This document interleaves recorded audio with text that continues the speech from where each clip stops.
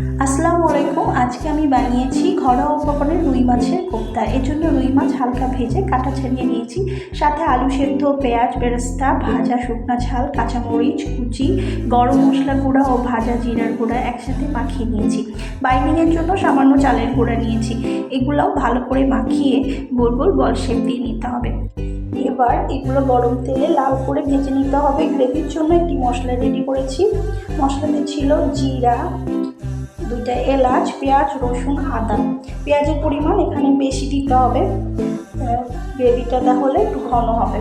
তো এটা সেই কোফতা ভাজা তেলের মধ্যেই মশলাটা দিয়ে ভিতরে লবণ, হলুদ, শুকনো ঝালের গুঁড়া, দালচিনি, এলাচ দিয়ে এটাকে ভালো করে কষাতে হবে।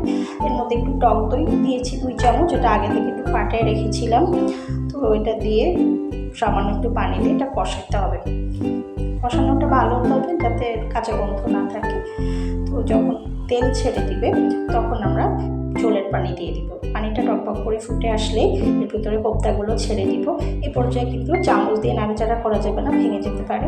তো এটা 10 মিনিট জাল করে এটাকে নামিয়ে নিতে হবে। সামান্য জিরার গুঁড়া দিয়ে দিয়েছি। এই তো হয়ে গেল আমাদের ঘরোয়া উপকরণে ঝটপট রুই মাছের কোফতা।